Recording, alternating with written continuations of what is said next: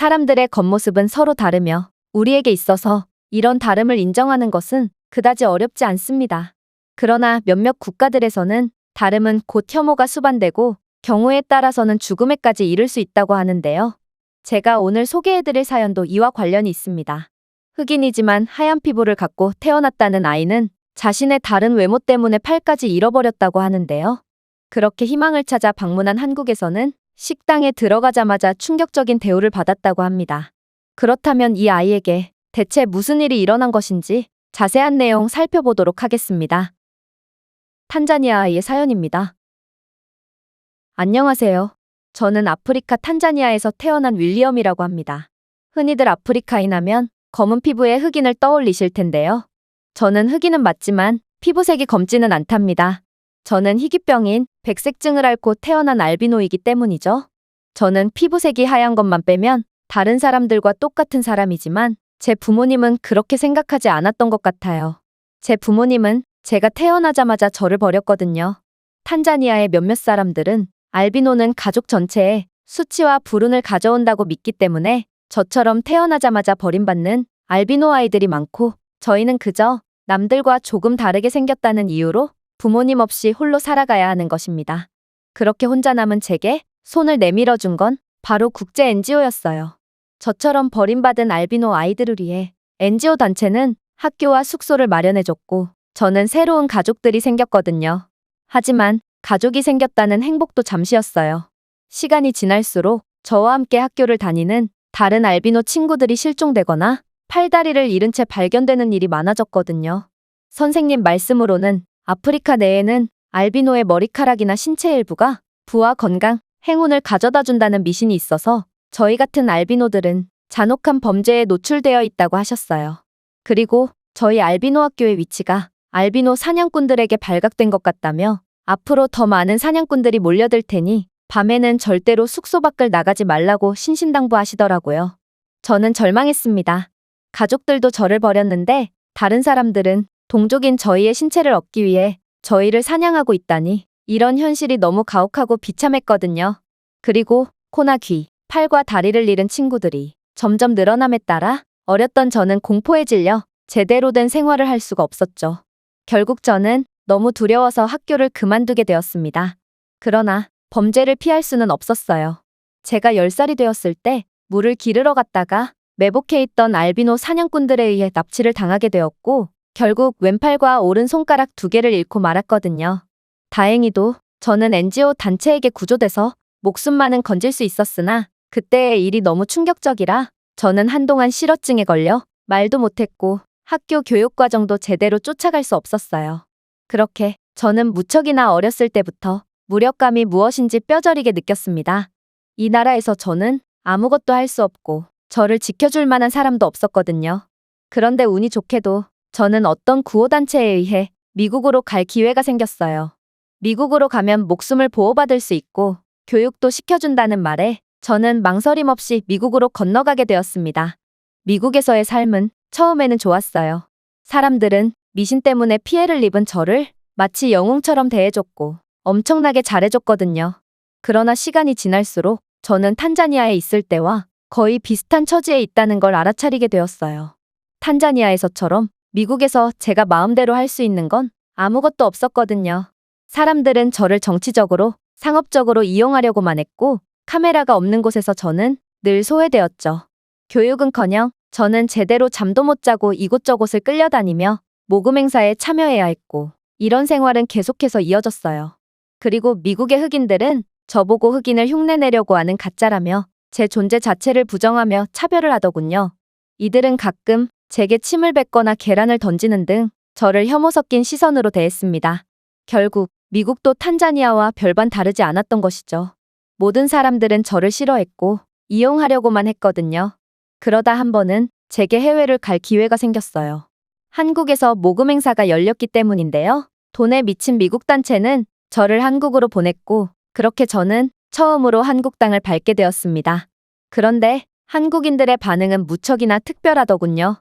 대부분의 한국인들은 저를 보고도 그냥 평범한 사람 보듯 했고 일부 한국인들은 제 피부와 머리색을 보고 너무 예쁘다며 제게 미소를 보내줬거든요. 한국인들은 장애가 있는 제 팔은 신경조차 안 썼으며 그저 너무 예쁜 아이라며 저를 연신 칭찬해줬습니다. 저는 이런 칭찬과 따뜻한 시선은 처음 받아봤기 때문에 너무 부끄러워서 도망가고 말았어요. 그러나 저도 모르게 나오는 미소만은 숨길 수가 없었죠. 그렇게 한국인들의 환대를 받으며 저는 행사를 마무리할 수 있었고 한국인 담당자들은 저를 숙소로 데려다 주려고 했어요. 그런데 길을 가던 중에 어떤 장면이 제 눈길을 끌었어요. 그건 바로 고기 요리를 판매하는 식당이었는데요. 그 식당 안에 놀이터 같은 시설이 너무 신기했거든요. 저는 놀이터에서 놀고 싶어서 멍하니 그 고깃집을 보고 있었고 저를 숙소로 데려다 주던 한국인들은 그런 저를 보고 물었어요. 윌리엄, 저건 삼겹살이라는 고기야. 저 고기를 먹어보고 싶니? 사실 저는 고기는 안중에도 없었어요. 그저 놀이터에만 관심이 있었거든요. 그러나 팔도 없는 제가 놀이터에서 논다는 사실이 우스꽝스럽게 들릴까봐 그저 아닌 척했죠. 네, 고기가 먹고 싶어요. 하지만 저는 돈이 없는걸요. 그러자 한국인 담당자들은 미소를 지으며 자신들이 사줄 테니 고기를 먹고 가자고 말했어요. 그리고 저는 신나서 고깃집에 들어갔죠.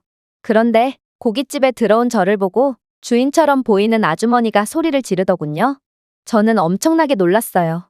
저는 한국어를 할 줄 모르기 때문에 오만 가지 생각이 다 들기 시작했어요. 내가 알비노라서 식당 출입을 거절당한 거구나. 팔이 없는 내가 식당에 들어오면 재수가 없어지니 나를 쫓아내는 거구나. 이건 미국과 탄자니아에서도 많이 겪은 일이므로 저는 좌절한 채 저를 데리고 온 한국인 담당자들을 쳐다보며 발걸음을 돌렸습니다. 그런데 제 편을 들어줄 줄 알았던 한국인 담당자들은 저를 보고 엄청나게 웃는 거예요. 그 모습을 본 저는 역시 한국인들도 나를 차별할 뿐이구나 싶어서 눈물이 다 나오더라고요. 그러나 곧이어 나온 담당자들의 말은 굉장히 놀라웠어요. 윌리엄, 고기가 그렇게나 급하게 먹고 싶었니? 한국에서는 실내에 들어갈 때 신발을 벗고 들어가야 한단다. 네가 신발을 신고 들어와서 주인 아주머니가 화가 나셨나 보구나. 그랬습니다. 제가 들어간 고깃집에서는 신발을 벗고 들어와야 하는데 놀이터를 보고 흥분한 제가 신발을 신은 채로 마구잡이로 들어오니 아주머니는 그저 제게 주의를 주신 거였죠. 제가 신발을 벗고 다시 들어오자 그제야 주인 아주머니는 제 머리를 쓰다듬으며 제게 뭐라고 말씀하셨어요. 한국인 담당자는 윌리엄, 네가 너무 예뻐서 오늘 하루가 행운으로 가득할 것 같다고 말씀하시는구나 라고 통역해 주셨죠. 저는 충격을 받았습니다. 아군의 대명사였던 제가 한국에서는 행운을 가져오는 존재가 되다니 이건 정말 처음 들어보는 말이었거든요. 저는 날아갈 듯 기분이 좋아졌고 자리에 앉기 무섭게 화장실을 다녀온다고 하고 놀이터로 향했습니다. 그런데 이 놀이터에는 이미 다른 한국인 아이들로 가득했어요. 그래서 이 아이들이 다르게 생기고 팔도 없는 저를 배척할까봐 걱정이 들었습니다. 그러나 한국인 아이들은 저를 신기한 듯 쳐다보더니 저를 놀이에 끼워줬어요.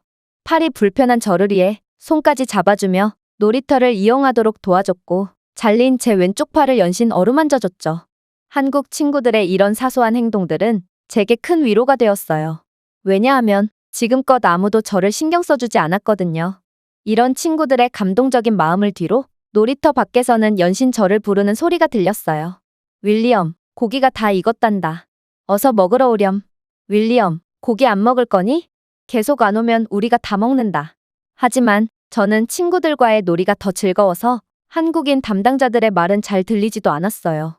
결국 이 친구들이 전부 가고 나서 저도 끌려가서 강제로 고기를 먹게 되었죠. 그리고 이때 먹은 한국의 삼겹살은 제가 그동안 먹었던 그 어떤 음식들보다 가장 맛있던 걸로 기억해요. 저는 제 생에 가장 행복한 하루를 보내고 있었고 그래서 더 맛있게 느껴졌을 수도 있겠네요. 제가 고기를 잘 먹자 아까 제게 호통을 쳤던 아주머니는 아이스크림까지 가져다 주시며 저를 정말 예뻐해 주셨어요. 그리고 더 먹고 싶으면 언제든 가져다 먹으라며 아이스크림 통의 위치까지 알려주셨죠. 아이스크림은 제가 가장 좋아하는 간식이었고 저는 이 아이스크림을 3번씩이나 먹었어요. 이렇게 한국에서 행복이라는 감정을 처음 느끼다 보니 저는 더 이상 이전으로 돌아가고 싶지 않았어요.